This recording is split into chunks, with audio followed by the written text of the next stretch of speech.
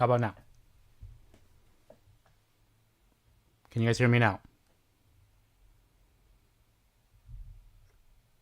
Okay. Yeah, that was weird. I didn't adjust any of my settings either, so the fact that that started off without any sound is kind of weird, but we're good now. Okay. Well, that kind of gives me a second to kind of re-establish what I was talking about. Um, all I said was welcome to the live stream. Glad you guys can join us here on a Thursday. Some familiar faces already joining us in the chat. Last time we saw each other, it was on a Monday. Of course, we're more accustomed to talking about pro wrestling in the current sense of what's going on in the product nowadays. And on the previous live stream, we talked about a little bit of the Chris Benoit tragedy, a little bit about the Owen Hart tragedy, and those were kind of real brief. I mean, we didn't really dive too much. I think we got an overall synopsis of what was going on. So, big shout out to Martin, which I did give you a shout out earlier, but you guys couldn't hear me. Now you can. Big shout out to Martin for giving us the idea about coming together once a week and to talk about possible stories and other, controversies that have occurred in pro wrestling. I'm a big fan of the history, right? And there's so many stories to talk about, whether it's good or bad. Now, unfortunately, in pro wrestling, it is a tragic sport. There's been a lot of times where we've seen demons being battled by those that we enjoy watching on TV. I mean, they're always playing characters, but it's important to remember that there are a real people behind the scenes here. And we held a poll. We held a poll a Tuesday afternoon that included some of my favorite stories as it came to pro wrestling. One of the options, of course, was Edge and Matt Hardy. They had the love triangle that involved Lita, which was a real life affair that came onto online and on screen. There was also the mass transit incident, the plane ride from hell. But the one that won the poll was actually the one that I kind of gave up as a throwaway. I had to come up with a fourth option. I didn't think a lot of people were actually going to choose the Von Erichs just because most recently the film The Iron Claw, which you can see over my shoulder here, has been recent. So I didn't think a lot of people were going to be interested. But the fact is, that's the one you guys chose. And it's really interesting because I very much would like to think I'm a historian as it comes to modern wrestling, but to come into terms with the past, especially with someone like the Von Erichs, who are wrestling's royalty. They had a lot of potential, and unfortunately, due to certain circumstances and tragedies, they weren't really able to live out the entirety of that success. Quick reset here on the chat. Kevin, what's going on? Appreciate you stopping by the stream. Where's San Fran? I'm pretty sure he's watching. Are the Von Erichs related to the Jarretts? Not necessarily. Martin, of course, you're welcome. I will always consider your guys' suggestions. I love your input, and I value your guys' opinions. So when you give me ideas like that, you best believe we're going to try to live up to those expectations that you already set forward. I saw someone in the comments for the post, the community post that I had uploaded earlier today, was just kind of a reminder, hey, we're doing a live stream. We're going to be talking about the Von Erich family. And I believe it was Salvi who had suggested that we talk about the movie The Iron Claw first. I'm hoping, if you haven't seen the film, I highly suggest you do so. Not just because it's in relation to pro wrestling, but just because of the story itself. I mean, it's truly a modern day tragedy. It's a lot of familial themes that come into play, but when you center it around the world of pro wrestling, it makes so much more sense as to why this business has been considered to be one of the more grueling career choices for a lot of individuals. For those who have access to Max, it is on Max. So again, if you haven't seen the film The Iron Claw, I highly suggest you do that. It'll definitely be worth your time, not only because of a sense of pro wrestling, but just as a film. I do believe that people like Zac Efron, Jeremy Allen White, and the other actors who were, working on that film did a wonderful job. I really do. I will say, I wasn't around during that time, but given the documentaries like the World Class Championship Wrestling documentary that the WWE had released back in like 2007, knowing what we know, they really captured the essence of the Von Erichs. And let's be real, for those who haven't seen the film, they left some things out. because the Von Erich story is a little bit of a grim tale. There are 6 brothers that are included in the Von Erichs, and they don't even include one of the brothers, just because of the amount of content and the amount of story that would have been heavy. And I mean like in a solemn, depressing tone. And it's a really sad word to use, it's depressing, but the fact is they had a lot of tragedies come their way. Like I said, the Iron Claw is available on Max. If you haven't seen it, highly suggest you do so. I've seen it a couple of times, went to the theaters to see it, and I had to get a copy for myself right here over the corner, as I talked about. But really, where to start with the Iron Claw, with the Von Erichs? You have to start with the patriarchy. You have to start with the father, Fritz Von Erich. Fritz Von Erich was a prominent heel wrestler in the 1950s and the 1970s. He was trained by Stu Hart, legendary wrestler Stu Hart, who is of the Hart family. You might have heard of his relatives, Bret Hart, Owen Hart, Natalia, who still wrestles in the WWE today. Fritz Von Erich's real name was Jack Atkinson. Now, I know some people might be wondering, well, why Fritz Von Erich? Well, Fritz Von Erich, upon being trained by Stu Hart in the legendary Hart Dungeon, which has also seen the likes of Brian Pillman, obviously Bret and Owen Hart, Natalia, Tyson Kidd, Benoit as well. A lot of some of the greatest wrestlers of all time have come out of the Hart Dungeon. Upon receiving the mentorship of Stu Hart, Fritz Von Erich would work for his promotion, and he would be teamed up alongside Waldo Von Erich. Now, they weren't real brothers. They were, for TV. They were for show. Very, very much so like The Undertaker and Kane.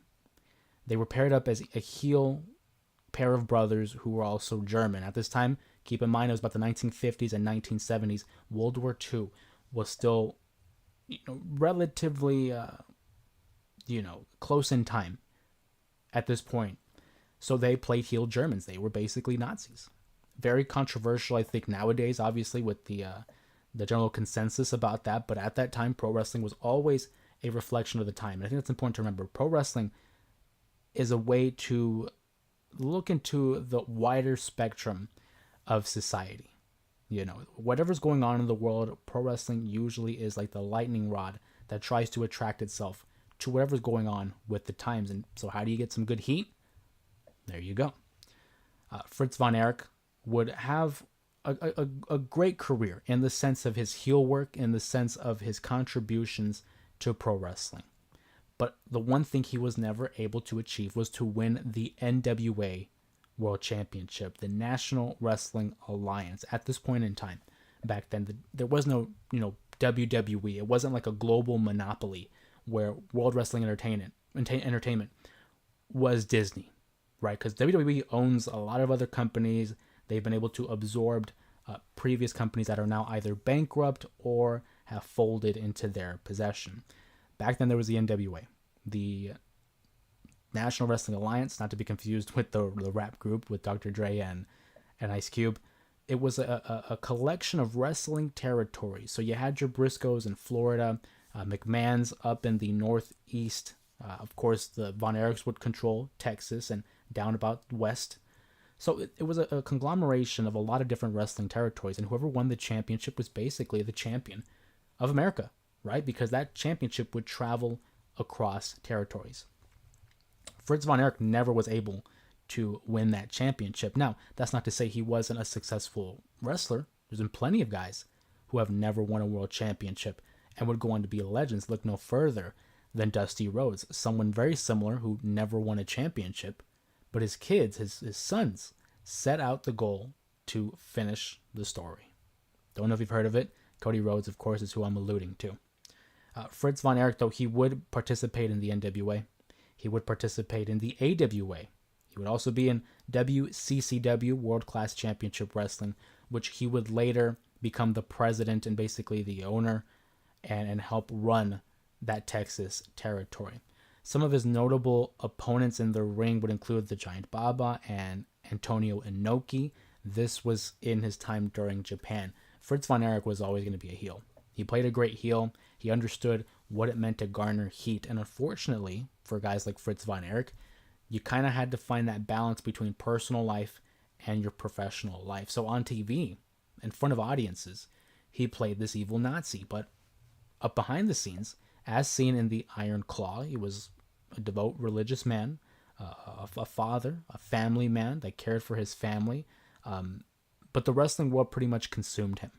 And because of his time and his dedication to the craft, he would be consumed with this obsession of being the very best, of winning the world championships. And in due time, his sons would follow in the father's footsteps, whether it was going to be a natural transition for them, or whether it was just destiny. I feel like that's the case for a lot of sons and daughters. They want to emulate their parents. They want to be able to be a part of something that they've seen their parents take part in. Fritz von Erich, like I said, was the president of WCCW, World Class Championship Wrestling, not to be confused with WCW, World Championship Wrestling. And it really is a who's who of talent that passed through WCCW, just to name a few. Obviously the Von Erich boys, the Fabulous Freebirds, Hall of Famers, Bruiser Brody, one of the more innovative big men in professional wrestling. We also have Ric Flair, Rick Rude, the Funks, Terry and Dory Funk. Some luchadors like Chavo Guerrero Sr., brother of Eddie Guerrero, father to Chavo Guerrero Jr., who we know from the WWE. Blue Demon, Mil Máscaras, and even a young Steve Austin and Shawn Michaels all made some pit stops in Fritz von Erich's territory of WCCW. A lot of people look at him from that point. They think of Fritz von Erich being the heel, being the president of WCCW. But his biggest contributions were really the introduction of wrestling to his boys. I mentioned he had 6 sons. 6 boys. No daughters. The curse of the Von Erichs really stems from the beginning, with Fritz von Erich himself being consumed with this addiction to pro wrestling. It is something that has consumed the lives of many performers. And naturally, it progressed over to his children. They faced many tragedies. The very first one was Jack Jr., firstborn at 1952. And unfortunately, at the age of 6, Jack Jr. would suffer an electrocution by like a train railing and would fall face first into melting snow, a puddle of melting snow. Obviously, he was electrocuted, lost consciousness, and would actually drown face down into the snow. He was 6 years old. And from there, it really set in motion the unfortunate events that would take place for this family. That was one. There were now 5 other brothers. I do have a photo here to share. Here, we have a picture of the Von Erich family. Off to our left, in the blue blazer, blue/gray blazer, if you will, that is Kerry Von Erich, aka the Texas Tornado, who had participated in, of course, WCCW and the WWE, winning the Intercontinental Championship. To his left, in the yellow shirt, we have Kevin Von Erich, who would be the oldest brother, second behind Jack Jr., but of course, unfortunately, due to his passing, he would become the oldest. Down below, we have Chris, the youngest of the boys. In the very middle, if you can assume, that's Fritz Von Erich, the father figure for all of them. David Von Erich in the hat, and then by his side, we have Mike Von Erich in the white shirt. A very haunting picture now looking at them, because these men, not knowing what life would have in store for them. We'll start here. We have Kevin, we have Kerry, and we have David Von Erich. Those 3 boys, always together, inseparable, as most brothers are. They became a tag team, a trios team, if you will. And they would partner with one another throughout the course of their careers, all having their own distinct qualities and characteristics that differentiated them from one another. We look at Kevin Von Erich, who was considered to be the Golden Warrior. He was the oldest, right? I mean, obviously after Jack Jr. He was the Golden Warrior, and he was known to have wrestled barefoot. Very prominent during his career. Not many people wrestled barefoot. You would think it's like a hazard. I mean, I would certainly think so. You're going to run the risk of people stepping on your toes or maybe rolling an ankle. But he was known to be barefoot, not really by choice at first. You see, it's a misconception that he wrestled all the time without his boots. But he did wrestle with boots to begin with. But at one point during his career, someone decided to play a rib on Kevin Von Erich. Now, for those who don't know what a rib is, basically a practical joke, basically a prank. They stole his boots, and in little time, he couldn't find other boots. So he went out there and performed barefoot, and at that point, he became just accustomed to doing it. He grew up a fan of Jimmy Superfly Snuka, so he kind of emulated him in that sense as well by wrestling barefoot, and it became his trademark, something that he's been known for his entire career. The next brother, David Von Erich, who was known as the Yellow Rose of Texas. See, he was known for a lot of things, mainly for his potential, mainly for his size. Thank you so much, Sylvia, for the super chat. Appreciate you. Much love. Appreciate that so much. And I'm glad you're enjoying the live stream so far. This is really a great opportunity for me to kind of expand my knowledge as well as share it with you guys. So very much appreciated. Thank you so much. I'm glad you're enjoying it. David was known for his potential and for his size. You see, not at that time. We didn't see a lot of big boys who were able to move around the ring like a David Von Erich. And if you watch the film, I'll keep alluding to it, because I think it's important to recognize the film because it gives you a visual representation of what we're seeing. There was a point in the film where Kevin Von Erich is seen as he's trying to be the next star, trying to be the face of the promotion, trying to do his family proud, trying to do his father proud. Wasn't able to develop a promo. He had the gift in the ring, but the gift of the gab wasn't necessarily with Kevin. David Von Erich at one point gains the microphone, and not intentionally. Doesn't mean to steal the spotlight from his brother, but essentially he does. And that kind of rubbed Kevin the wrong way. Now, it is well established there was nothing but love between the brothers. And I think that's very important to recognize. There was nothing but love between these brothers. Where the resentment resides is with Fritz. There was always this pressure that you guys have to finish the legacy. You guys have to uphold the standard and the respect of the Von Erich name. Unfortunately, Fritz was never able to win that world championship, but he saw many opportunities in all of his sons to possibly get that done. And if they were to win the world championship, it was basically Fritz winning the world championship as well, sticking it to the NWA, because as we know, shocker, but pro wrestling is pre-orchestrated. It is predetermined. They didn't deem Fritz Von Erich, as a proper champion. So for him, this was an opportunity to get back at the NWA. You guys didn't want to give me the championship, but hey, you know what? My boys will, and they'll bring it home. David Von Erich, all the potential in the world. Next, we have Kerry Von Erich, who is known as the modern-day warrior. And I think the argument could be made. I believe it, but some people may disagree. He was the best wrestler of the group. Certainly was the most recognized.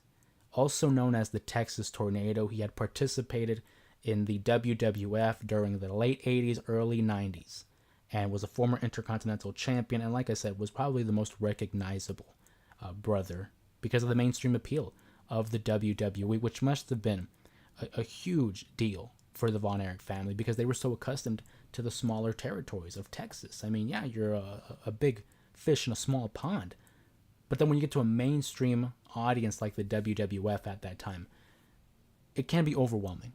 And it's that constant theme of pressure, living up to the name, taking what has already been and bringing it to new heights. And that's what these boys were tasked for, or were tasked with, I should say. They would team out throughout the course of their career. Shout out to Gabs in the chat as well, saying we chose a great topic to start, guys. You guys really did. And like I said at the top of the stream, it was a throwaway for me. It was just like, you know what, I need a fourth option.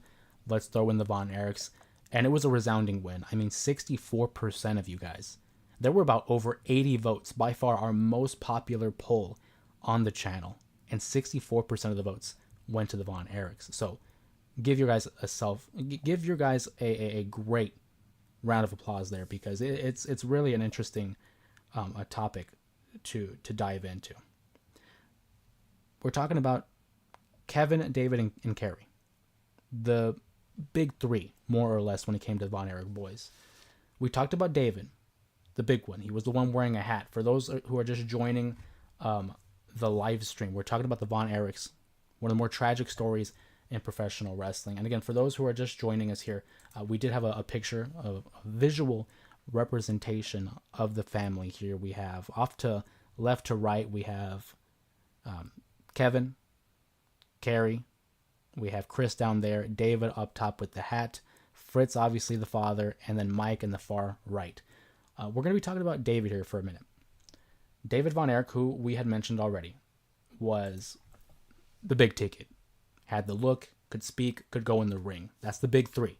You look the part, you can talk the part, and can you go in the ring? He had it. He had it. He had an opportunity here where he challenges Ric Flair for the NWA title. A big deal, as we already covered. Something Fritz Von Erich never achieved. And what a primetime spot. I mean, this is the Nature Boy Ric Flair, who goes down later in his career, considered to be one of the greatest wrestlers of all time. And this is at the height of his career. Obviously, we know that he doesn't win the championship. Unfortunately, David Von Erich isn't able to finish the story of the Von Erichs here. Unfortunately, what happens not too long after, during a tour of Japan, Tokyo, Japan, of course, David Von Erich would pass away in February of 1984. It was sudden. Now, in the film, they do allude to it. They talk about how he's going to go on tour in Japan and he's not feeling well. Obviously, we don't know the severity of his illness because it's film. It could be dramatized. But what we do know now, because of the reports of being public, his death was in relation to acute enteritis, which is inflammation of the intestines. This is something that has been disputed by some. Ric Flair in his documentary, again, this is the same Ric Flair who wrestled David Von Erich. Ric Flair claims that, quote, everyone in wrestling believes that it was a drug overdose. We don't know if that's to be true, but the story goes that Ric Flair believes it's a drug overdose, and that Bruiser Brody, as we previously mentioned in the intro, had disposed of the evidence, the substances, by flushing them down the toilet. A claim that Mick Foley, of course, pro wrestling legend in his own right, believes as well. It's a common assumption by those in the business. Is it valid? We'll never know. Did they flush it, one, to make sure the locker room is clean? Did they flush it to protect the reputation of David Von Erich? What would be the reasoning? What would be the reason behind it? We don't know. But that's how the story goes. They would hold a tribute show. As they would. I mean, Fritz Von Erich, this was his son at the end of the day. Yes, it was one of your main stars of your promotion. But at the end of the day, this is your son. This is now the second of his 6 boys that he's lost. And by almost a freak accident, inflammation of the intestines was deemed the cause of death for David Von Erich, who was, not even 30 years old. A lot of them lost their lives, passed away prior to the age of 30. At this tribute show, which only was a couple months later, we would see Ric Flair defend the NWA World Championship against another member of the Von Erich family. This time, it would be against Kerry Von Erich. Kerry Von Erich, who would be the 4th brother. After Jack, after Kevin, and after David. It would then be Kerry. He would get a championship opportunity, and he would actually defeat Ric Flair for this championship. A huge deal. Cody Rhodes being able to win the championship, defeating Roman Reigns at WrestleMania 40, finishing the story. But this was kind of like the prototype. This was kind of the first instant of that. It was very important to Fritz Von Erich to be able to accomplish this feat. He never got to do it, but his son did. Albeit, he held the championship for a couple of weeks, dropping it back to Ric Flair. So it was more so done in goodwill and as a tribute to David Von Erich, as well as a way to garner the love and support of the Von Erich family. Because as I said, pro wrestling really is a lightning rod for whatever's going on in real life. So of course, when one of their own is no longer with them, they're going to acknowledge that. And for better or for worse. as Muhammad says in the chat here, that's how precious life is, because you never know. In 1986, a couple years later, Kerry Von Erich would get in a motorcycle accident. Again, for those who have not seen the film, we're going to be diving into a lot of the minutia, the small details of their life. So we're going to be going through some spoilers. I will give you that fair warning. Kerry Von Erich suffers a motorcycle accident. A motorcycle accident that would lead to the amputation of his foot. Now, granted, you lose two brothers. He's lost his foot. This was something that was very shocking to a lot of folks. But not because he lost his foot, not because it was an accident that led to an amputation, but the fact that Kerry Von Erich was able to keep it under wraps. The fact that he was able to keep this a secret for so long. The story goes that he was able to place a prosthetic foot on his leg, a boot over, and wrestled like that. There are literal matches in the WWE. If you were to go back on Peacock, if you were to go back on the network, or wherever you watch pro wrestling, if you have the old DVDs, whatever you watch wrestling on, YouTube it, there are literal matches of Kerry Von Erich wrestling. It seems that he has 2 feet, but in reality it's a prosthetic, and people did not know. He didn't want that pity. He didn't want people to look at him differently. And he certainly didn't want fans and the companies that he worked for to feel sorry for him and that lead to opportunities. He wanted to do it on his own. He wanted to earn it through his hard work and not have people look at him differently because he lost a foot. Unfortunately, due to an injury like that and losing a leg, an amputee now, he would be battling demons. He developed an addiction to pain medication and other substances as well. He would become addicted. And it became a dark time for him. One, because you're losing your brothers. One when they were a child, and the other on a Japanese tour where you don't even get to see them. And then you go off and you're affected in your own craft. A lot of people look at pro wrestling or their jobs, their careers in general. They look at it as an opportunity to escape their reality. And for a lot of these guys, pro wrestling was that escape. They talk about how the mat is the canvas. A lot of people refer to it as the canvas for 2 reasons. 1, because it very much is. But 2, because it's an art form, and this is their artwork. They're artists at the end of the day, whether people want to argue that or not. What they do is art. And this is their escape. And now it's difficult for him because now he's constantly reminded of his limitations.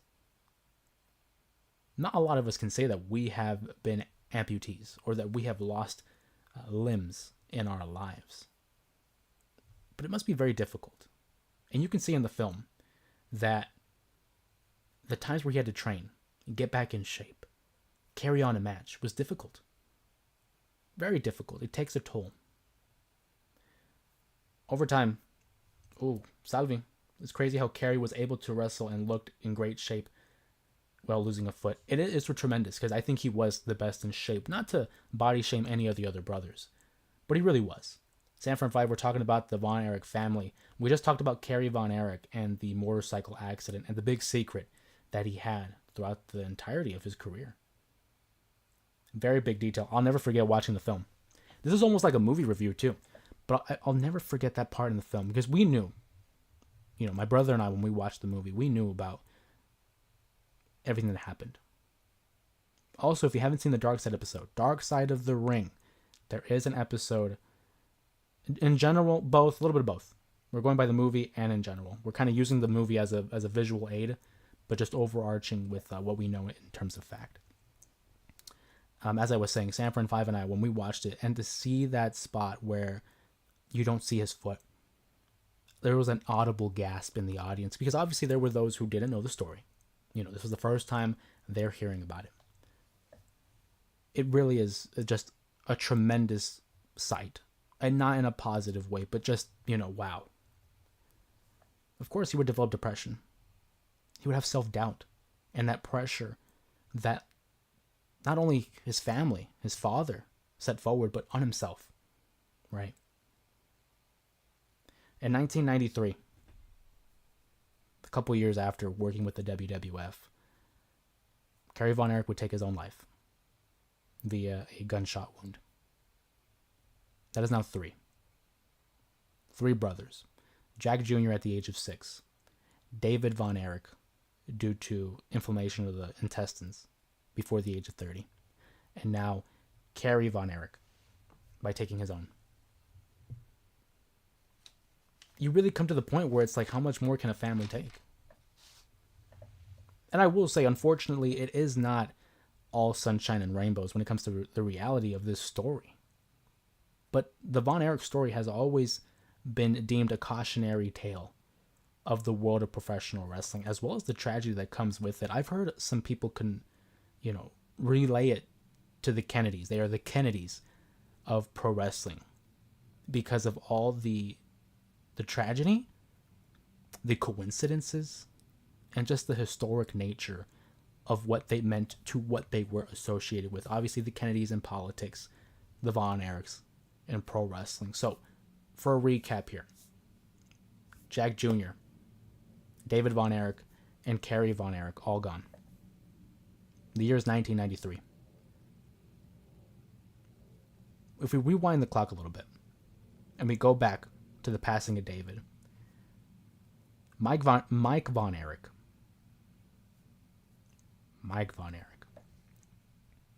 was difficult for him because, as we mentioned, David, Kevin, and Kerry, that was the big three. They were in the trios matches. They were in the 6-man tags against the fabulous Freebirds. These were your money makers.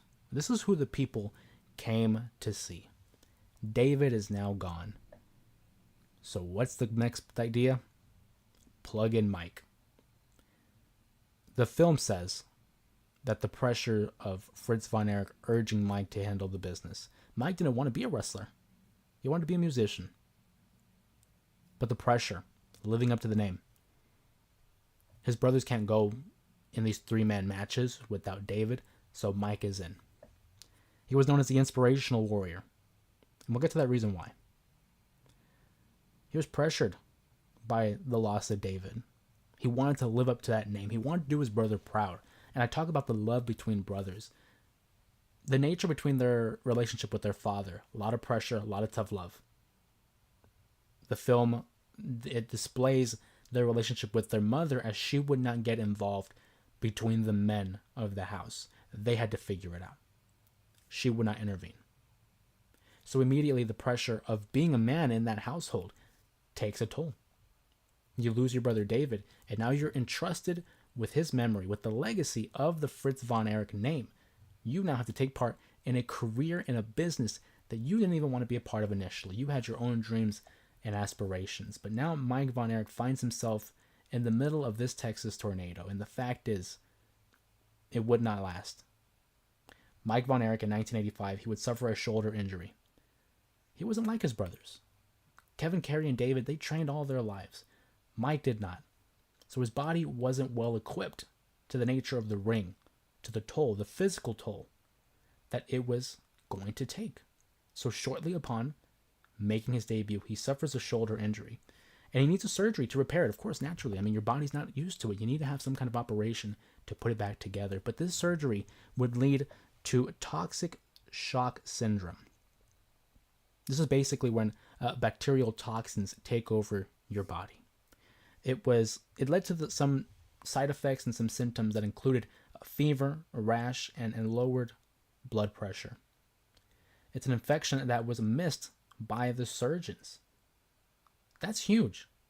That doesn't leave you in the same shape that you were. An infection, a shoulder injury, not to mention the emotional and mental strain that Mike Von Erich had to endure following this. As a result of the injuries and the illness itself, he would suffer brain damage. And I don't got to tell you guys enough about brain damage. We talked about it enough already on Monday. Brain damage is very severe. It is the engine that keeps the body going. because of this illness, because of the injuries, suffers brain damage and rapidly begins to lose weight. I mean, it was haunting. Of course, the film is the film, but go and watch the Dark Side of the Ring documentary on Hulu, and you'll see exactly what I'm talking about, how haunting it is. And guess what?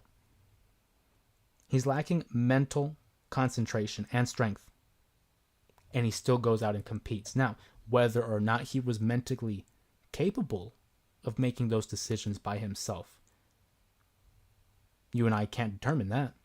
But what we can determine is for an individual to lack the mental concentration and let alone the strength and capability, that puts yourself in danger in the ring.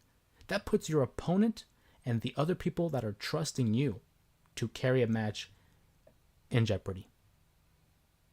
They talk about pro wrestling and they mention dance partners because it very much is like a dance. You're trusted with your partner. Anything can go wrong. Anything can go wrong. So the fact that he was not mentally as strong, nor physically as strong as he was prior, very dangerous. A very dangerous game to play. And now we're going by the timeline where we've already lost David. We're about to lose Kerry. But prior to losing to Kerry, this leads to a downfall for Mike.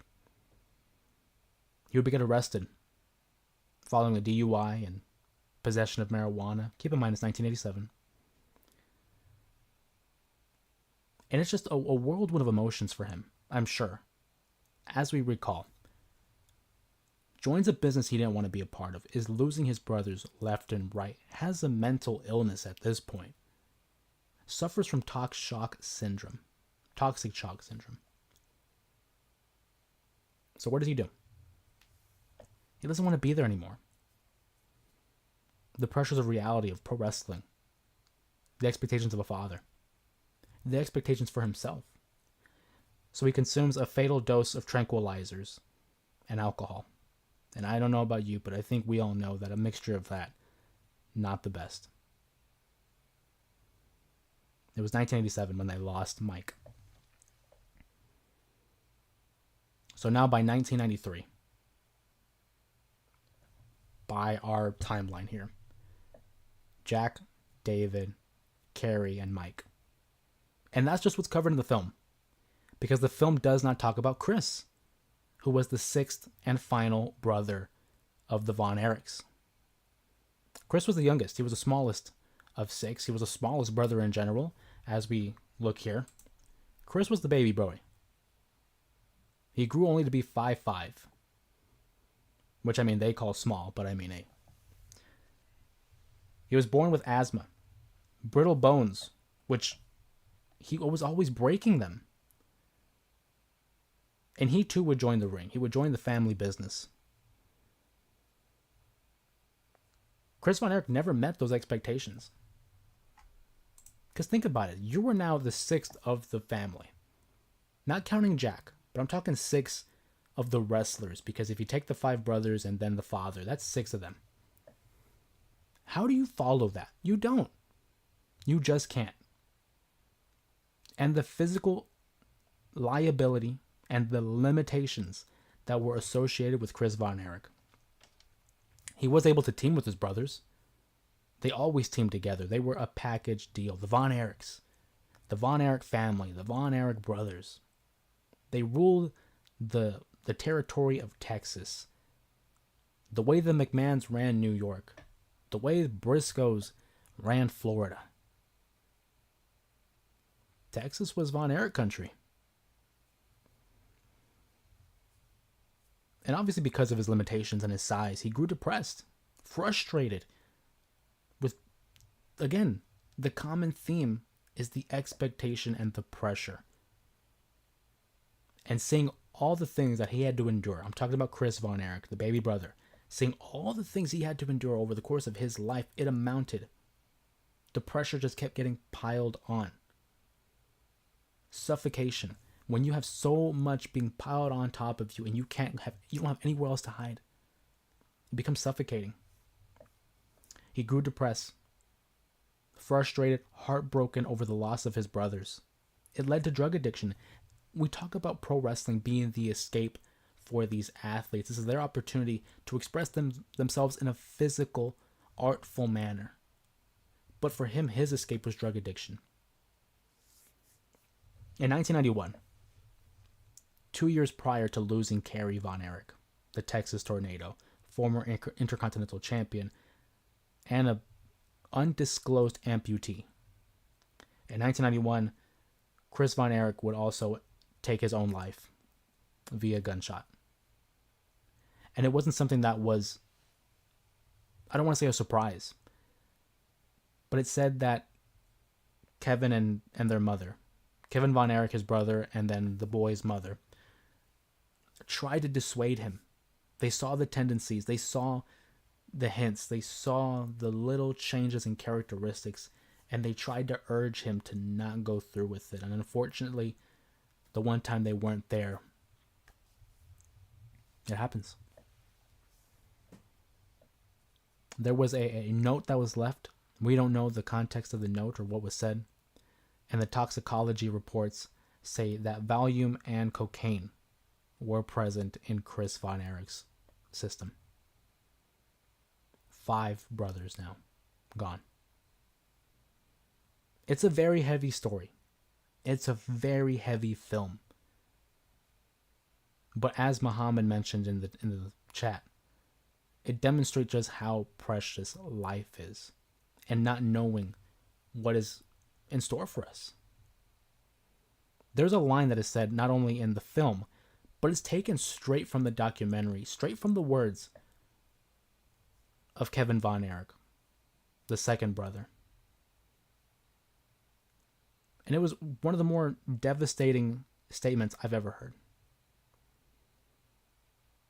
He says, and it's not verbatim, but he says, I used to have 5 brothers, and now I'm not even a brother. That broke me, watching that. And you ask about, well, what happened to Kevin?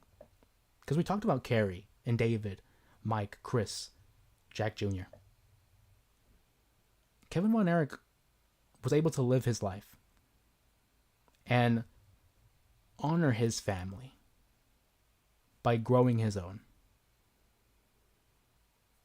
Although Fritz Von Erich would pass away in 1997 due to lung cancer that would actually travel to his brain as well.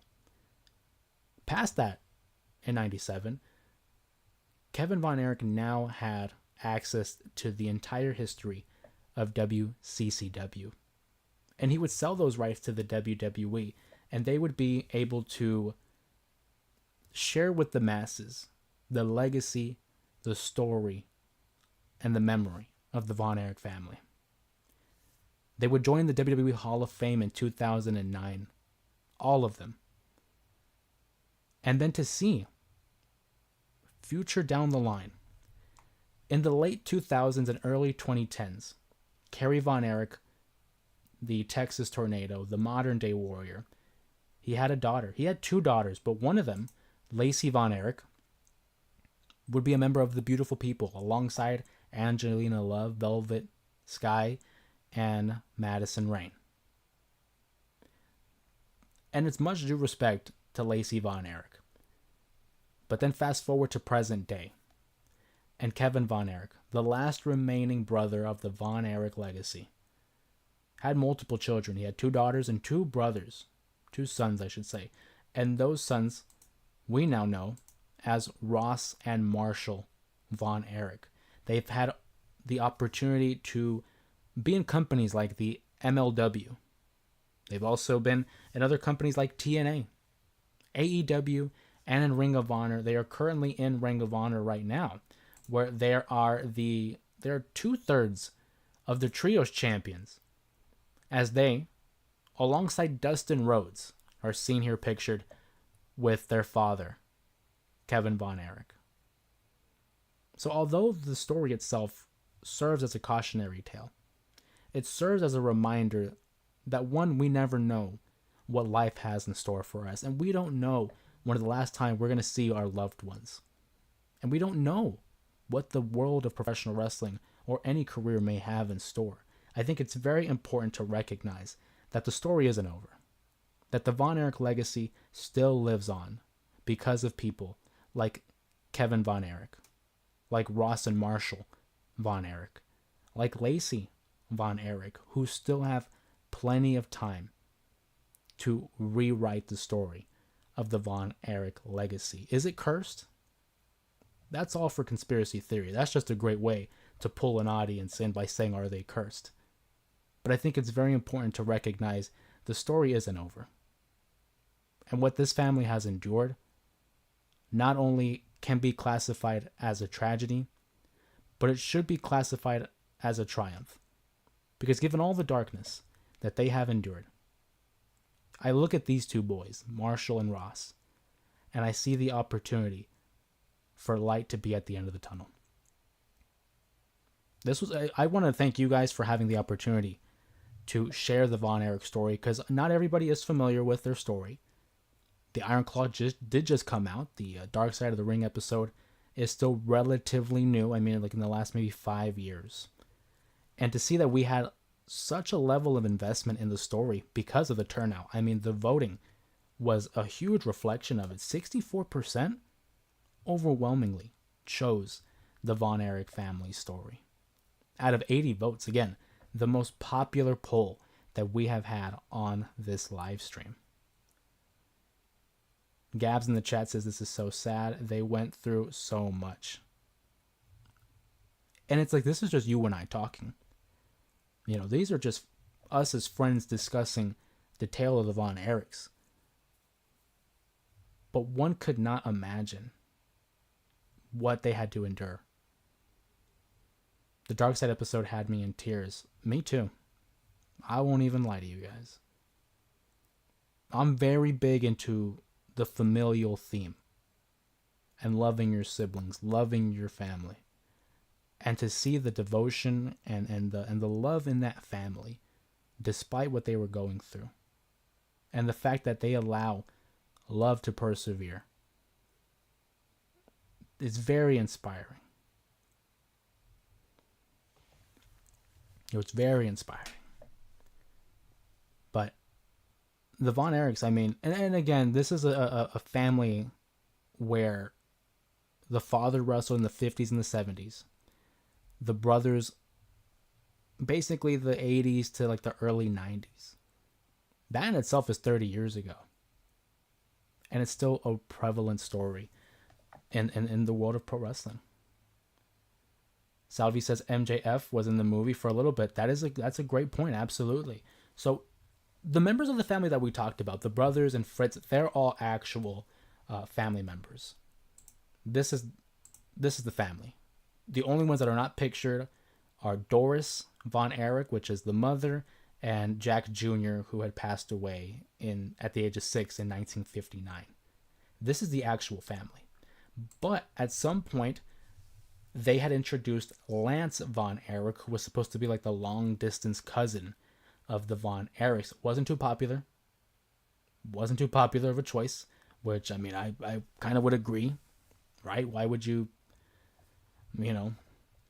And MJF was in the film, The Iron Claw. He played Lance Von Erich. He was in there for a quick, maybe 5 seconds of a cameo, but he wasn't in the film. It was kind of his foray, his entrance into Hollywood, as you know. Or maybe you don't know. He's going to be in the new Happy Gilmore movie, Happy Gilmore 2. I believe he plays Adam Sandler's son in the film. I don't know if that's all correct, but we do know he's going to be in the film. But I'm curious, are there some people in the chat there who haven't seen the Iron Claw or weren't familiar with the story? Sylvia, Chavo was also involved in the movie, wasn't him? Yeah, so Chavo Jr. was involved in the film. He played the Sheik at one point early on in the match or in the movie. They don't really show his face a lot, but Chavo Guerrero was in the film. And what I love about what Chavo Guerrero is doing currently with his career is, although he's not shown on TV in terms of like wrestling matches, he is a big liaison to pro wrestling in Hollywood So for the movie The Iron Sheik, for shows like Young Rock, for those who remember the Young Rock, he is kind of that guy where it's like, we're going to be doing a match, we're going to film this match, and we want you to help the actors or help the producers or the filmmakers on making sure it's authentic and making sure it's an accurate representation of the sport. So Chavo Guerrero is the go-to guy in Hollywood when it comes to something pro wrestling. Wasn't Zac Efron in the movie, as well as Chavo Guerrero Jr.? Yes, Chavo Guerrero Jr. is in the movie. He helped, with the production. And Zac Efron plays Kevin Von Erich. He plays the surviving member of the Von Erich family. And I thought Zac Efron did a tremendous job. In the trailer, I thought he was going to be playing Kerry Von Erich just because of the physique and the shape that he had gotten in. But he actually plays Kevin Von Erich, who is the second brother of the Von Erichs. And again, I thought he did a tremendous job. I mean, the physical acting, the emotional acting, I think it's one of his best performances that Zac Efron has produced throughout his career. And I was very disappointed that it didn't get a lot of recognition. It didn't get a lot of awards. I mean, or nominations. He doesn't not necessarily have to win the award, but at minimum nominations, because the recognition is important as well. And I still think it's one of his best portrayals in throughout his whole career.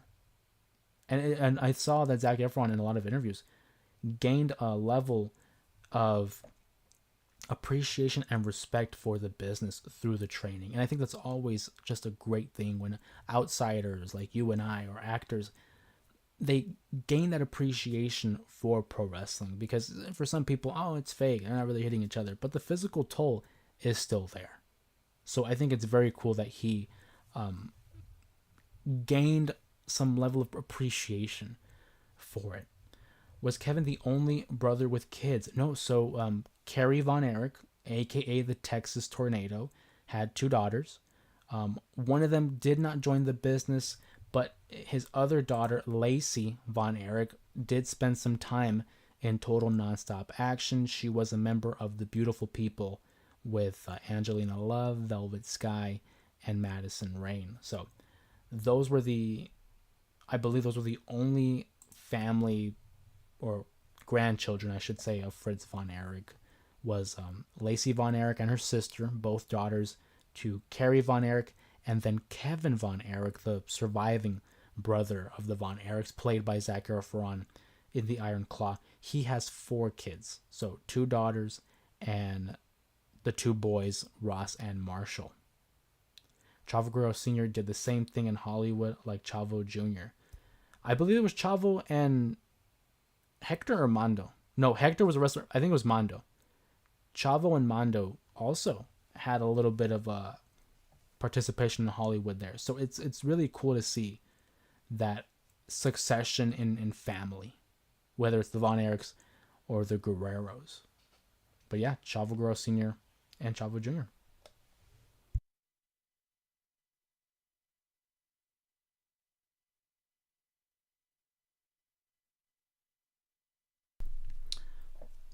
Ever thought Fritz Von Erich had somewhat to blame for some of the kids' deaths, forcing them to step in and carry the legacy when they didn't want to? It's tough. It is a tough point to make. Is there an argument there? Maybe. I think the film itself dramatizes it for sure. But I think deep down, I would think he had some level of regret or felt some sort of responsibility because he was pushing so much to not only live up to the Von Erich name, but specifically upon losing David, having guys like Mike and Chris step up. It certainly didn't help. I don't like to point fingers and play the name game and blame people, but it is difficult to argue against the fact that Fritz Von Erich may have had a hand in the demise of his family, which is the irony in itself. He spent so much time trying to build up the name, the legacy of the Von Erichs, and through his son, it kind of, ended up their legacy, and that became what they were known for. Or jump to conclusions. Yeah, I mean, we can't jump to conclusions, but it's because of the optics. It's what we see. It's what we know. So off of what we know from the documentaries and from the the film. Yes, because as San Fran 5 alludes to, didn't help that he had favorites and had a ranking. Dude, I don't. So, from what my understanding, Kevin Von Erich was very hands on in the production of the film. He says it was an accurate representation of what they lived. And his main thing was, I want them to capture the love between the brothers. That was his one request. I want you to really hone in on the love between the brothers. But he had a hand in it. So I think it's fair to say that that whole ranking scene is probably an accurate representation. Is it fair? No, that's not. I wouldn't do it either. But it certainly doesn't help the cause either.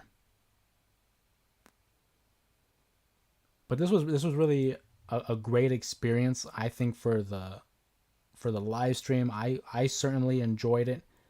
Be able to discuss a specific topic with you all. Like I said, we're kind of all over the place, and I like that too. I like a little bit of flavor and jumping around on topics. I like that too.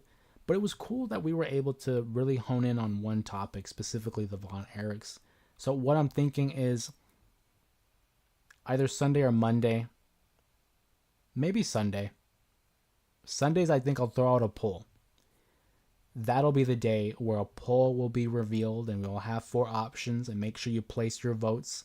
That way we have an idea on who will be the next topic for next Thursday's live stream. You might see the same, candidates or options. You might see some new ones, but what we'll end up doing is probably from Sunday to Wednesday night / Thursday. That's when we're going to be having that poll. And then, of course, on Thursday, I'll throw up another community post where, okay, hey, live stream going to take place at 9 o'clock Thursday night. 9 o'clock Mountain Standard Time, I should say, Arizona time. And that way we'll just discuss. Do you think Shane McMahon was trying to impress Vince when he wrestled at... Yeah, 100%. Absolutely. I think with Shane McMahon, he was trying to impress the boys. He was trying to earn that respect because he knew I wasn't a trained wrestler. I didn't get into the business because I wanted to be a wrestler. I'm in the business because of my last name. I don't think he wanted that reputation, but it was there. It was obvious. So the way he approached his wrestling and approached every match, it was a way to prove it to them, but I do think specifically it was to prove a point to his father. If you saw the Vince McMahon documentary, he really had to fight for that love. And that constant paranoia that Vince had with Shane, that he was out to take his company, that he was willing to fight and die for that company. When Shane, at the end of the day, it just seemed like he wanted the love, the respect, and the recognition of his father. At the end of the day, he just wanted that father figure. So I do not doubt that one bit that Shane was trying to impress Vince. I think 100% that you're on the money, Salvi. Lola, you mentioned the kids wrestle with a different company. Will WWE pay tribute to them? I don't know how that works.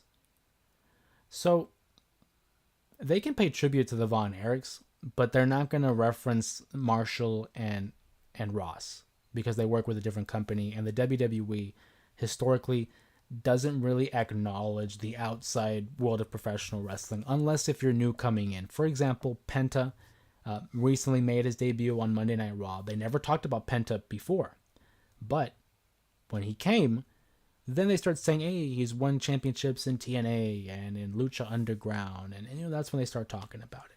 So they can't talk about the Von Erichs. I don't think they'll bring up the boys. I kind of hope one day they do make it to the WWE, because let's be honest, that's the major leagues. Let's be real. But don't expect them to reference Marshall and Ross on WWE TV. They could obviously reference the Von Erich boys, the originals. They could, especially because they own the rights to WCCW, the promotion that Fritz Von Erich, the father, was the president of. They own the rights to that, so they have the library, so they could whenever they wanted. Lola also goes on to say Shane is another one I feel sorry for. Vince has never given his son credit. It's facts. It's a shame. It's really a shame. But unfortunately, that is a reality. That Shane McMahon's my favorite McMahon, I will say. Linda, Vince, and Stephanie, nah. Shane McMahon, I think, is the best McMahon.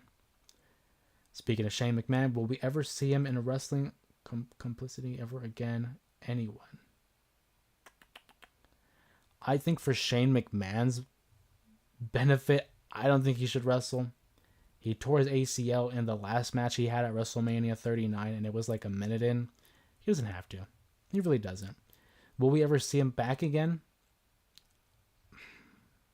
It's tough. I think it's too soon. I think it's too soon because of the relation to Vince. Vince is a very hot topic. They barely show Stephanie. She's in the crowd.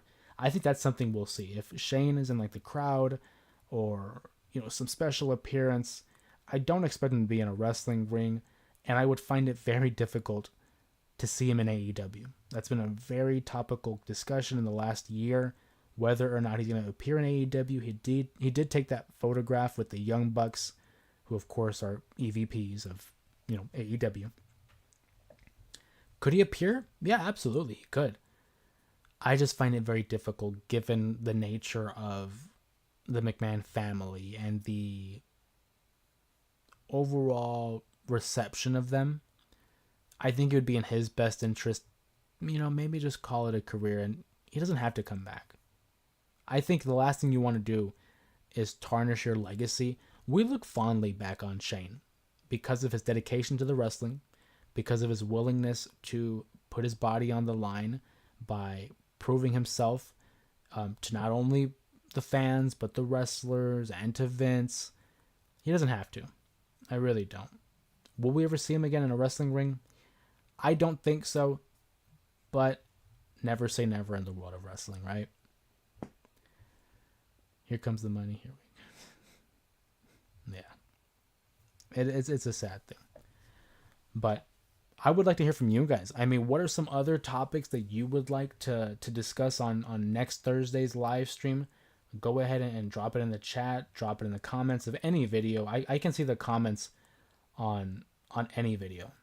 So drop some suggestions. Like I said, the next poll will be on Sunday. And then by Thursday mornings, Wednesday night, we'll basically have an answer on what will be discussed next week. I really enjoyed this, guys. I would love to have more participation with you guys.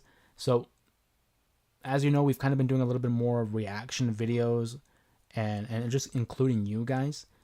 And I was debating about having either like a comment section or whether it's social media like on Twitter or an email or some kind of system like that to where you guys can send in any questions, comments, or maybe even videos or something that you would like us to react to here on the channel, just to be more inclusive and just garner more participation. Because believe it or not, with the YouTube analytics, a lot of the viewership, a lot of the views are coming from, I think it was like 63% of people who are not subbed to the channel.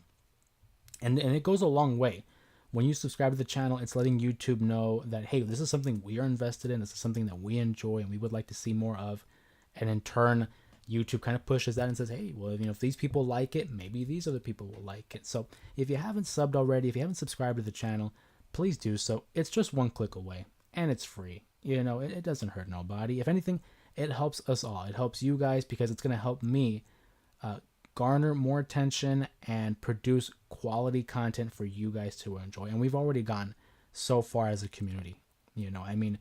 I always talk about 2024. It was such a big year for the channel. We made the jump to the level of success that we've amassed so far.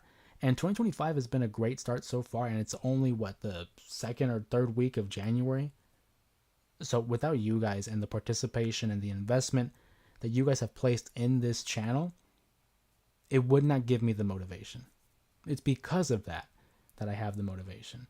I definitely subscribe to your channel and like your videos. Well, I appreciate it, and thank you so much for the support and for the consistent love that you guys send my way. Because I will say, hey, for every 10, thumbs ups or 10 good comments, there's always that one negative comment, which is fine. We're all entitled to our opinions. We can say whatever we want, I guess. That's fine. But that one negative comment, that one hater, has nothing on you guys, because I know at the end of the day, I have people like Mohammed, Salvi, Gabs, Lola, Sylvia, San Fran 5, Mama Ramos, Alex, Kevin, Martin. I'm trying to see who else I'm forgetting. Peter. I have people like you who are there to back me up, and I appreciate that. When I first started this channel, like I said, it was very daunting. It was very intimidating being able to put your face and your voice out there for the public consumption. And it's only garnered more. What? Confidence. I have no idea why I drew a blank there. Garner more confidence in myself and how I appear and present myself, or how I speak on the channel. And it's because of you guys that I've been able to amass such more confidence in that. And I feel like I'm way more laid back. I remember early on, I look back at the older videos and live streams that I did, and I think I was kind of stiff. Granted, I might be stiff every now and then. It just depends on what we're talking about. But I feel like I've kind of loosened up over time and gotten a lot more free when it comes to what I say or how I talk to you guys. So that's very much a big part to you. You just randomly popped up on my feed, and I'm thankful to know I have a community I can go to. And that's what it's always been about. At the forefront, when we started the pivot to pro wrestling, I wanted to be able to create like a safe haven for pro wrestling fans that have been fans, or for people who were kind of on the fence, like, you know what, I don't know, it's not for me, right? But to be able to garner a community and build a place for all of us to just talk, let's just hang out, right?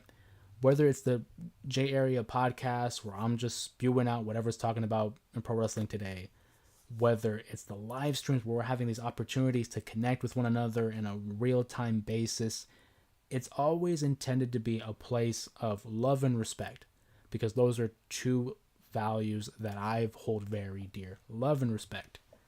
So long as we are able to continue to build a community that maintains that significance in love and respect, I have no doubt in my mind that we're going to go far. And I say that very genuinely. I try never to use the phrase I or my. It's us. This is us. This is us. This is our, and this is our channel. That's how I look at it.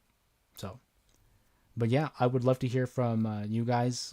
Again, whether it's in this chat, whether it's in the comments section, literally any video. Any video. If you were to pop up on a video and comment something like a suggestion, whether it's for the Thursday streams or whether it's other content that you're interested in, I do see them, good and bad. I see them, and I would love to see more from you guys in terms of what you guys want to see. Because hey, at the end of the day, I used to be in the serving industry for like a minute there. I was serving tables. It was my job to serve the people that were there, and I'm still doing it here, because at the end of the day, whatever you guys order, I want to be able to present that. I want to be able to serve that and provide it for you guys. I enjoy listening to you while I'm at work. You keep doing what you like. We are here to support you. It means the world. It really does. It's like a quick shot of like dopamine. When I see those kind of positive comments and like, it's like affirmations. It lets me know, hey, we're doing something right here. Because if I was talking here by myself and no one was listening, whatever. It's, it's out there, so whoever gets to it gets to it. But to know that we have a community here where there is a consistency of the same people, who follow the channel, they follow the content. You guys are taking part in the polls. You guys are subscribed. Some of you are already members of the main event mafia. It lets us know we're on the right track. And for those who are already members of the main event mafia, we have things in planned. Because if you are already a member of the main event mafia, you know the amenities. For those who aren't, you do get exclusive content, videos, live streams, shorts, and posts. We're going to be having some videos come out. I've been working on them, so we're going to have exclusive videos for only those that are members of the main event mafia. It'll give you more of a behind the scenes look at the channel. It's going to be not really higher in production. I kind of want to present it more low scale, something more personable. So when we produce these videos, I have some edits, I have some pictures, I have, some background music, and it seems more like it's produced. Like, okay, he kind of has an idea of what he's talking about. With the memberships, I want it to seem more personable.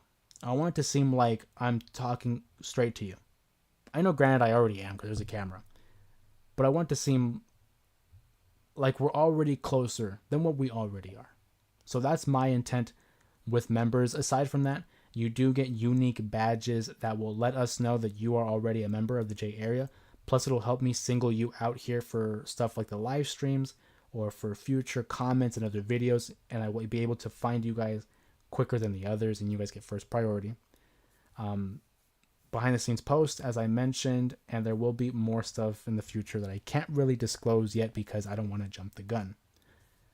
Off topic question, we love it. Bring it on. What do you think about WWE partnering with TNA? I love it. I think it's awesome.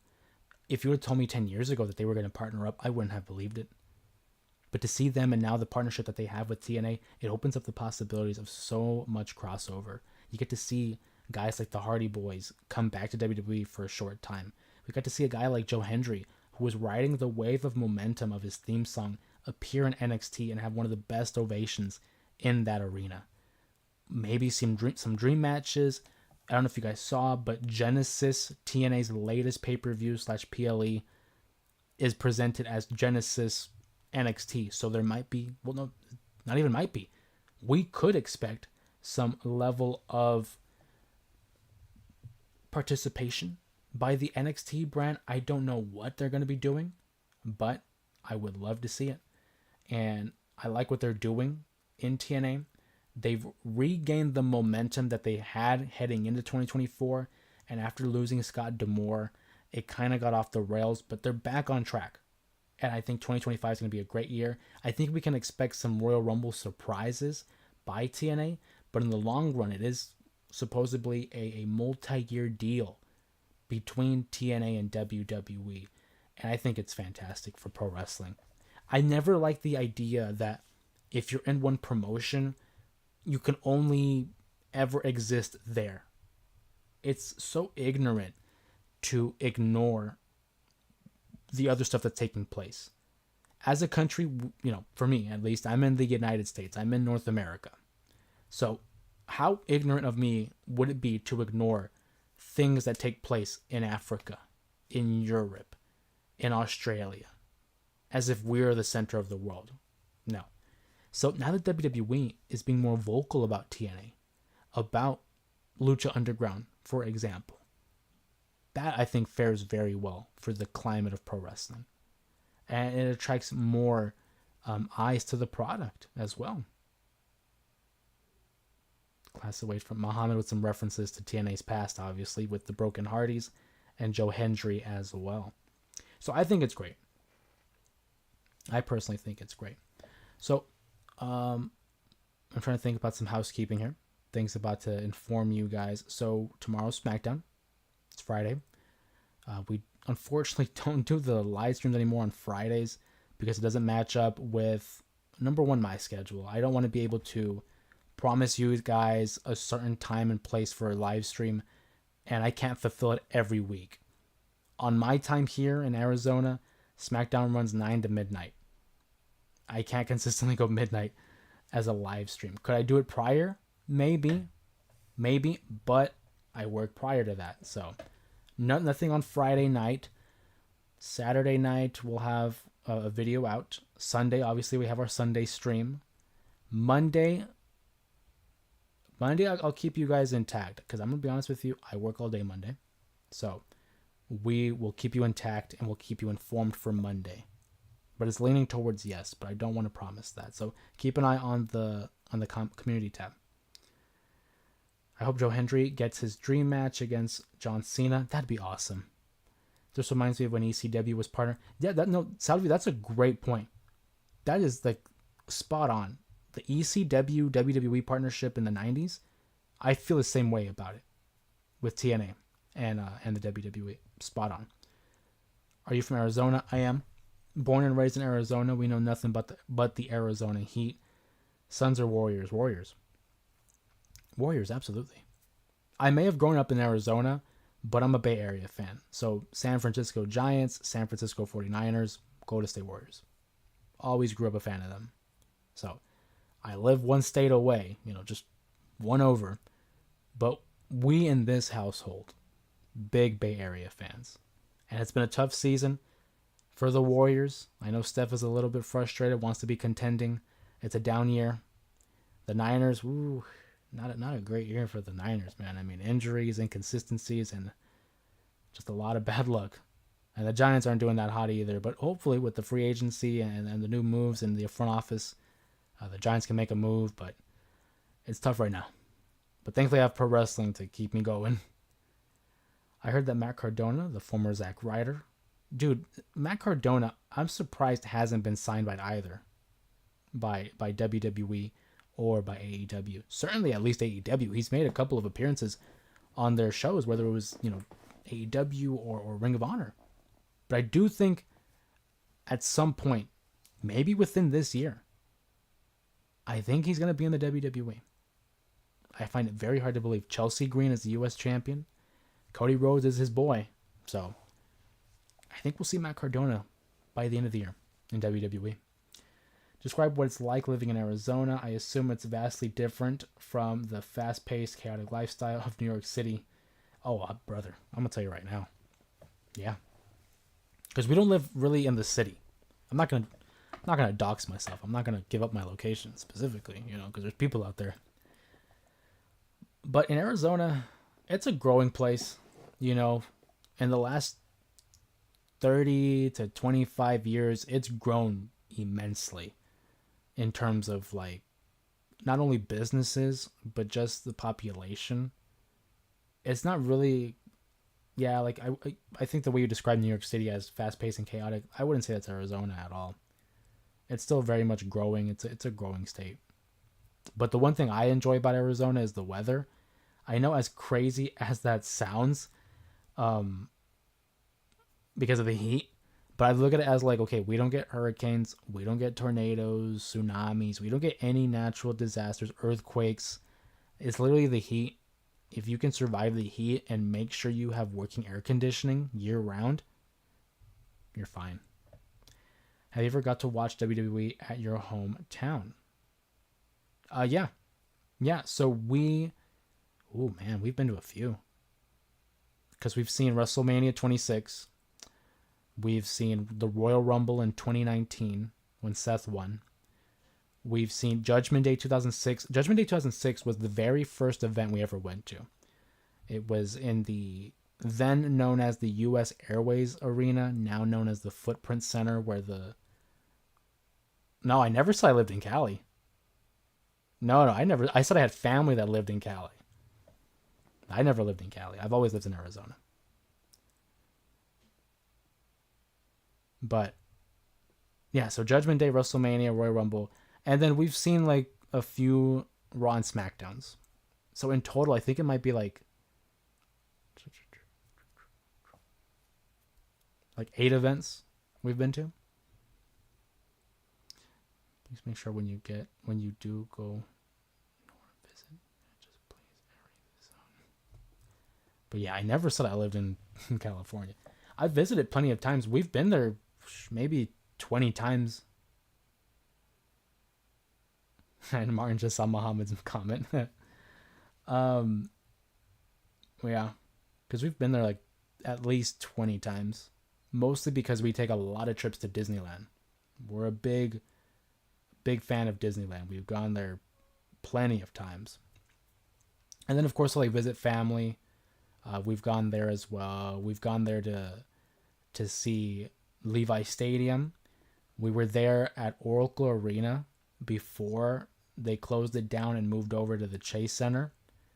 The only one we haven't seen is where the Giants play, AT&T Park. We haven't been there. Not yet. Maybe one day. That'd be cool. But that's the only one we haven't seen. I mean, we haven't seen the Chase Center either, but we saw the Warriors, their arena. So, granted, I will say we didn't watch them play because it was the off season. Oracle. Oh, you're right. Oracle Park. You're right. I forgot Good call, Sanford5. He's always there to correct me. I forgot they changed it. Because I'm so used to the older names, like with the Suns. It's Footprint Center, but I've always known it as the U.S. Airways Arena.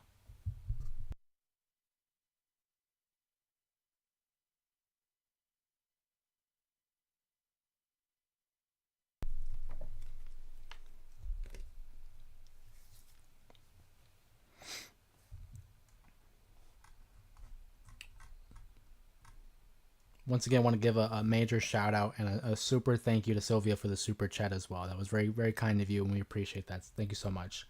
And in their super chat, it says, "Thank you for sharing your knowledge with us. It's a pleasure, and it's a learning experience for all of us."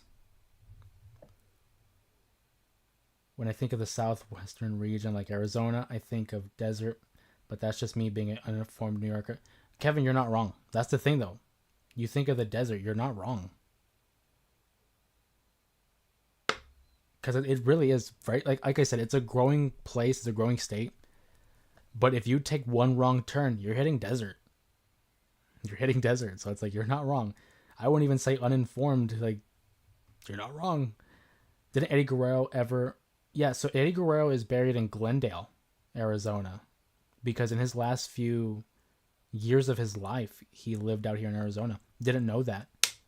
But he's actually buried out in Glendale. Haven't been to the cemetery. Maybe one day, but it would be tough. It would be tough for me, I think. I know we didn't know him personally, but just the impact that he had. Maybe next week we can rank the top Royal Rumble matches and winners since it's almost coming up. Yeah, so I have some of those planned. Similar to how we did the same place where the Bell Twins are from. I think they're from Scottsdale. I think they were billed from Scottsdale. I don't know if they live there still, but oh yeah, back to the Royal Rumble. So similar to how we ranked the WWE roster and did like those tier lists, that is something I am interested in. I have one kind of already saved up in terms of ranking Royal Rumble winners, but I would very much like to dive back into the history of the Royal Rumble and have some Royal Rumble content for you guys, because it's one of my favorite times of the year. Number one, because it's the Royal Rumble. Who doesn't love a good Rumble match? But also because it is my second favorite show behind WrestleMania. So good on Salvi there for reminding us all that the Royal Rumble is coming up. Expect some more content revolving around that. I assume Arizona has a ton of potential in terms of homes and to build a lot, especially since it's the growing, like you said. Oh, yeah. Just in the spot that we live in now, they've been building a lot more like apartment complexes and little townhomes and communities. It's very much a growing. I mean, like the place that we used to live at 20 years ago. No, maybe 30 years ago. Not there. The place where we go to the stores did not exist like 20 years ago. Literally, there's like a little, like a plaza of stores, like a mini outside mall, almost like an outlet that was built in the last 2 to 3 years. Vince McMahon WWE territory started in the New England region, Connecticut. Yeah, up in like the Northeast. They ruled the Northeast. I mean, that's back in the territory days. That's right. But yeah, to reference Salvi 85 there. More Royal Rumble content for sure. We're looking to rank the Royal Rumble winners and just take a trip down memory lane. What I would love to do especially is to do like a Royal Rumble like watch along and just watch the Rumble with you guys. But I'm looking at YouTube like, would they copyright that? The Royal Rumble is February 1st. It's weird. It's in February. But it's February 1st on a Saturday. So I have to maneuver it around. I would love to just throw up a Royal Rumble. If we did a watch along and they might copyright me, it might just be my face. So like if we were to do like a live stream and like have everyone watch it on their own TV or whatever. But that's not practical because like Martin talked about, some of us are at work when we're listening. So it's something to think about. I also would kind of like to, maybe in the sense of how we come together for the Thursday streams where we talk about like the dark side of wrestling, basically. It could be one of those deals where it's like, hey, this week the match we're gonna watch is whatever, right? Let's just say Royal Rumble 2005, just for an example. And then at the end of the week, we come together almost like a book club, like where it's like, oh, you gotta read this book, and then come back and then we'll discuss it. How about wrestling T-shirts or merchandise that you always want as a kid, or things that this is a great day, like Dominic Mysterio's paper? Oh man. So yeah, actually, so as a wrestling T-shirt, it was always Austin 316, which I was able to buy. But in terms of like merchandise, I would have liked to bought like it was like the Jeff Hardy armbands. They used to sell them, and then the CM Punk armbands that had like the X. I love those. If I would have bought those armbands as a kid. Rey Mysterio's mask, I had a couple of those. I think those are great. I love that Penta is going to be having his own masks on the shop as well. Honestly, if you could provide a commentary and explain what's going on while watching so that it makes it easier to follow along for those who may not be watching the Rumble.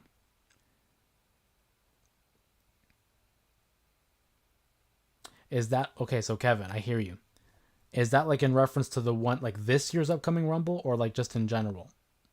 Oh wait, I see your second comment, because I 100% won't be watching the Rumble, but will be tuning in to the live stream.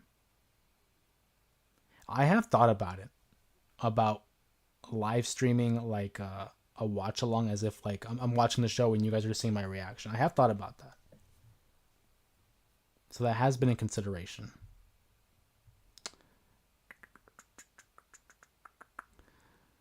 We're working on that. Martin says most likely I take the day off to watch the show. Yeah, I haven't seen the schedule yet for my job, so I'm hoping I got that off. If not, hopefully I'm working in the morning, like tomorrow, or I guess for some of you guys today, depending what side of the world you're on, is already tomorrow being today. But that's why I'm gonna stay on the stream for maybe another 10 minutes, because I have to wake up really early for tomorrow. Thankfully, it'll be the last early wake up that I need to do for a while though at work. So, but the Rumble is coming up. Again, my favorite time of the year. Leading up to the Rumble, leading up to WrestleMania. We're gonna go down memory lane and talk about some of the best Royal Rumble winners, maybe some of the worst Royal Rumble winners. Vince McMahon in 1999. But it is one of the best times. You can do a live stream reaction. I'd tune in. So another thing too, because I have thought about doing live streams, like a live reaction, whether it was like, for example, the Rumble, or Raw, NXT, like some of the shows, right? But the thing is, in terms of like the time zones. So for example, for someone like Kevin, who's out on the East Coast, I don't know if it matches up with our time. Because for me, for example, SmackDown doesn't start till 9 o'clock Mountain Standard Time for us. I don't know if that matches up. Because sometimes it's on like a tape delay. Because like, for example, I'll watch SmackDown at 9 o'clock, but then I go on Twitter a few hours earlier and it's already happened. So would it really be a live? Plus, also, when it comes to like the shows, I watch it together with my family. I kind of don't want to take that away and be like doing my own thing while they're watching it, or maybe they're not watching it. I don't know. But I would love to do some form of a live reaction, for sure. What I think I could also do, because I've seen other content creators do this, is they'll do a live stream reacting to other videos. So for example, I had a couple of videos out there where I was reacting to like some hardcore wrestling / botches. If you guys are interested in that, we could do a live stream where we're just going to be We're just gonna be like watching videos here on the live stream. Your whole family watches the shows with you? Yeah, no, we set time apart for it. We know Monday, okay, that's Raw. Friday, SmackDown. And if it's like a premium live event, then we either order out food or we make something special and we watch the shows together. It's like a tradition. Yeah. Yeah, if there's Raw or SmackDown, we try to watch together. Some people might be working. Some people might, just be too tired and call it an early night. But we do go out of our way to, try to watch it together. Yeah, for sure.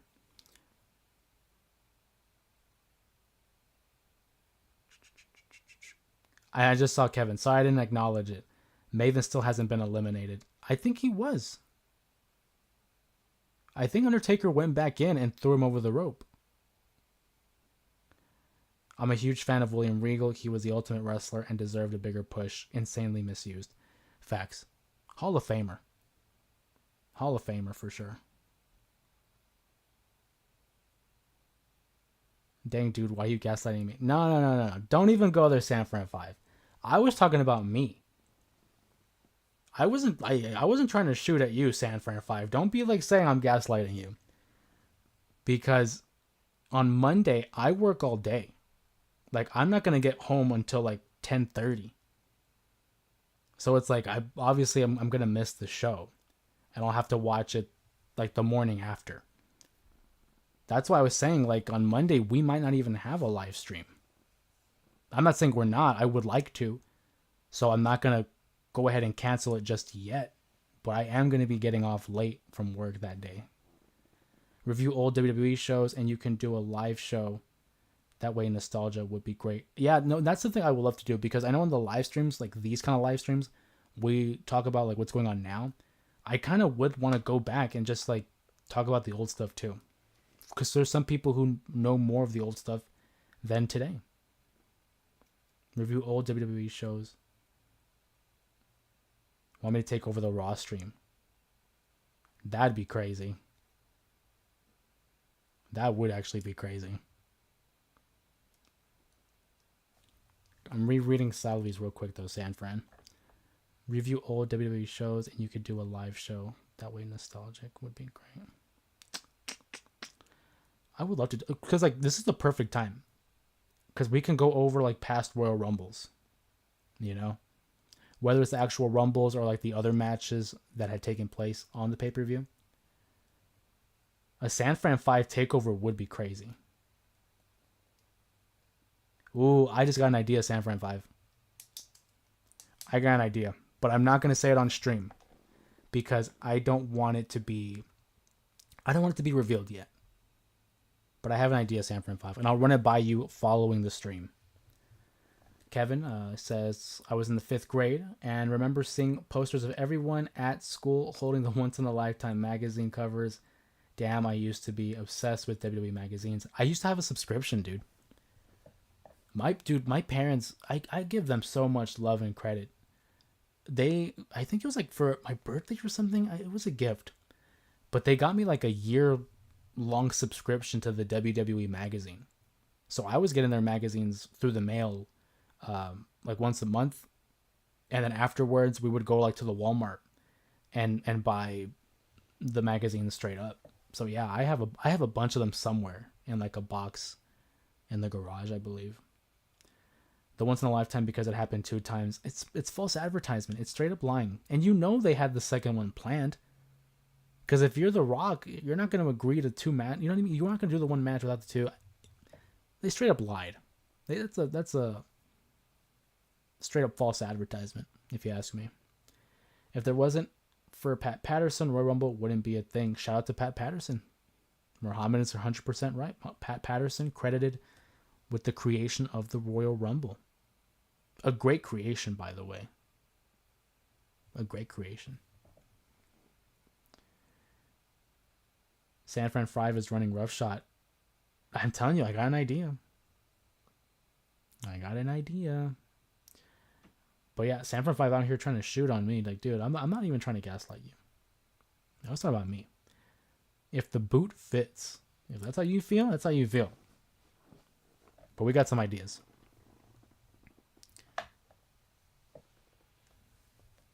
a real active live stream today. If you guys enjoyed this live stream, if you guys enjoyed the content that we discussed about the Von Erich family, and you kind of liked the format of how we discussed it, please, if you haven't already, give the video a thumbs up. Comment down below, either in the chat or in the comments section, your favorite part. I know it's a very dark topic, but I would very much love to see the feedback and see if you guys are more interested in other topics in a similar vein or in a similar style of a live stream. Again, make sure you like, make sure you comment. If you haven't already, subscribe to the channel. Get your up-to-date notifications in regards to the live streams or the other videos that we have produced on this channel. And please consider becoming a member of the Main Event Mafia, becoming a member of the official channel, so you can get the YouTube exclusives that other people like Sylvia, like Gabs, Sanfran5, Alex, Mama Ramos, people like that are already members of the J Area's Main Event Mafia. Do you have any plan, idea for the next topic? So I have a couple in mind. I kind of wanted to see what people were thinking of in terms of like their preferences or suggestions that they wanted to see. But off the top of my head, I really want to talk about the plane ride from hell. I think that's just a fascinating story. I would love to talk about the Edge and Matt Hardy and Lita love triangle. That's one certainly that I would love to talk about. I would love to talk about the self-destruction of Ultimate Warrior and how there was the conspiracy theory that there were two warriors and that the original warrior had died and it was a new guy. That one I think is fascinating. I think another one that would be worth talking about is, because we talked briefly about Owen and Benoit. I think those are the, I don't want to say easy ones, but they're the common ones, right? I would love to talk about some of the events of the Attitude Era and how outlandish some of the stuff was there, and you know, how would it fare in today's climate. You could talk about other stuff like the Legion of Doom and the ultimate demise of Hawk, and what Animal had to deal with following the passing of his brother, or his tag team partner who was like a brother to him. ECW, there's the mass transit incident. I would like to dive into that. We could talk about the steroid trial. We could talk about the 2006 and 2007, steroid issue that they faced in the WWE. Maybe one day. I think there's still a lot of information left to be out there. But Vince McMahon and the many controversies, that he's associated with, there's a lot. Thank you for the hearts in the chat. I had the Bret Hart and Bart Simpson WWF magazine. Wish I had it to this day. Oh man, that would have been sick to have kept. That's actually sick. What a cultural phenomenon that the WWE and the Simpsons, for that matter, and you combine the two. A quick EC dub chant by Muhammad there, shout out. But there's a lot. There's an abundance of topics that we can discuss. Those were just some of the ones that came off the top of my head. There's surely plenty of them that would keep us going for a lifetime. And not all of them have to be terrible. I want to make sure in preface, we talk a lot about the dark side of wrestling. It doesn't have to be focused on the dark side. There are other stuff to talk about, like the rise and I don't want to say fall, but like Eddie Guerrero, and knowing how the battles that he had fought to get back to the top, and just the triumph and the celebration when he wins the WWE title. I kind of would like to do a deep dive on Lucha Libre. I don't know, for some people who aren't familiar with El Santo and Blue Demon, Mil Máscaras, and their influence on professional wrestling, and quite frankly with Hollywood as well, because El Santo was basically the Hulk Hogan for Mexico. I mean, this guy was a superhero. He made movies. He was fighting Dracula and Wolfman in movies back, way back in the day in old Hollywood. I will have to dive into that. We could talk about pro wrestling and movies. Like, there are so many other topics to discuss. A lot of what was said from the WWE superstars would have been canceled in their days. So no The Rock, no Mick Foley, no Austin, no Triple H. It really was what a time to be alive in the 90s, because you could say and get away with a lot of things that you can't nowadays. So yeah, the climate for sure. Way different. Way different.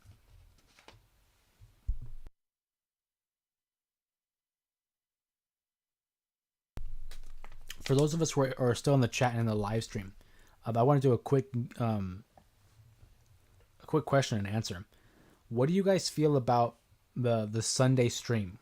Because the last couple of weeks we've been doing like WWE 2K. Is that something you guys are interested in? Would you like to see more gameplay live stream? Because the last two times we've done it, there was a good turnout. People came out, they were participating. We had good numbers, like really good numbers, in terms of people who were coming in to watch those live streams. So again, for those of us in the chat right now, how do we feel about the gameplay live streams? Or we like them? We'd like to see more. We'd like to see possibly other games. I mean, maybe not necessarily 2K24, but would we be open to seeing maybe like the previous, like old era, you know, SmackDown versus Raw, for example, just throwing that out, just to gauge how the audience is. Because like I said at the very beginning, I'd like to be a people person. I like to be a man of the people, and give you guys that opportunity to voice that, to share your opinions, share your interests. Because at the end of the day, the content that we produce here, it is driven by your interests. Why would I do something that you guys aren't interested in or that you won't enjoy? It makes no sense to me. We're going to be on. Muhammad has a question. Shoot. Hopefully I have a good answer. We're going to take a couple more questions or comments in the chat, and we're going to call it a night pretty soon. But Muhammad has a question here, so we're going to go ahead and honor that and see. Whoa, a lot of people just popped in the live stream. If you're new to the live stream, my name is Jose Ramos Jr. We talk pro wrestling here on a Thursday night. We just got done talking about the Von Erich family, so if you're just joining the live stream, make sure to stick for the replay and be able to join in on the conversation about everything that we talked about tonight on a Thursday live stream. But Muhammad here has a question he'd like to ask, and we're going to go ahead and try to give him a quality answer. How did SmackDown vs. Raw How did SmackDown vs. Raw get good at predicting the future? Is this supposed to be in reference to like the Chris Benoit, you know, that moment where he was with like the Undertaker, and like, was it Chris Benoit or Eddie Guerrero? It might have been Eddie Guerrero, but it was Eddie or Chris, where in the game in season mode, it was like in reference to them being like in a casket or something along those lines. I think it's pure coincidence. It's pure coincidence. But it is crazy, right? I don't know if you guys believe in coincidences, but hey. Aside from that, I don't know what to tell you. But see, I knew once you brought it up, like, because it's been a very common theory. You let us know what systems you can go live with pre-AI.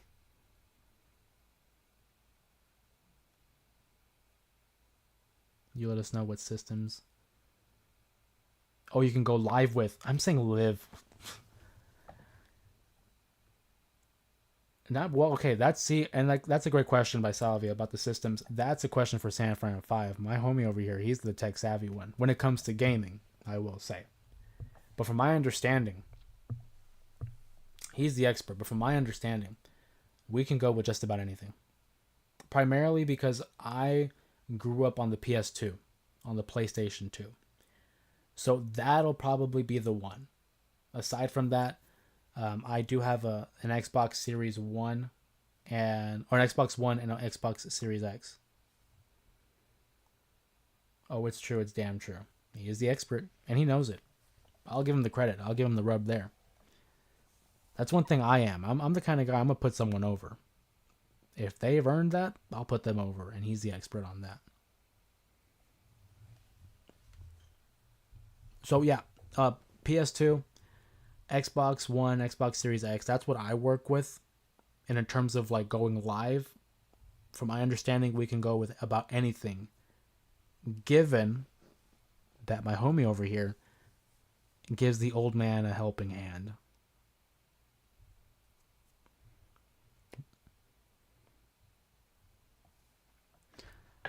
Okay, we're going to go ahead and start closing down here on the live stream. Once again, guys, I want to share my appreciation, my gratitude for each and every one of you who consistently show up and show out for these live streams. Not just the live streams, but for all the videos, all the shorts. It's been a great year, a great start to the year here in 2025, and we're having a lot of fun. I know I am. I hope you guys are as well. Appreciate the hearts in the chat there. And again, shout out to Sylvia as well for the super chat. Much love and appreciation. Much love and appreciation. You got me choked up, man. Old man, bro. We're 3.5 years apart, so does that make me old too? Almost. You're just down the road there. You're on the way. But you still have a good set of hair. I mean, I lost mine, dude. Yeah, for those who don't know, I'll give you the information. I'm 26, and I already lost my hair. That's the genetics for you. But hey, Stone Cold Steve Austin's bald. So is The Rock. We'll take it. But hey, I digress. Appreciate you guys. Love each and every one of you. Thank you so much for joining us on the live stream today. We had a ball talking about the Von Erich family, whether they're cursed or not. Shout out to Muhammad. He did mention Kurt Angle, who's also bald. If you guys enjoyed this live stream, like I said, please give the video a thumbs up, like the video, comment down below some of your other suggestions for future topics for a live stream. Don't forget to subscribe if you haven't already in order to stay up to date with all the pro wrestling content that we produce here on the channel. Look forward to more Royal Rumble content in the near future, probably within the next week, as we begin to gear up for the beginning, the official beginning of the road to WrestleMania. With that being said, thank you guys again for joining us on the live stream. Hope to see you all on Sunday's live stream, and hope to see you guys moving forward. Of course, my name is Jose Ramos Jr. Thank you again for joining us on tonight's J Area live stream. And everyone be safe. Have a good night / a good morning. And we'll see you then. Appreciate you guys. We'll see you then.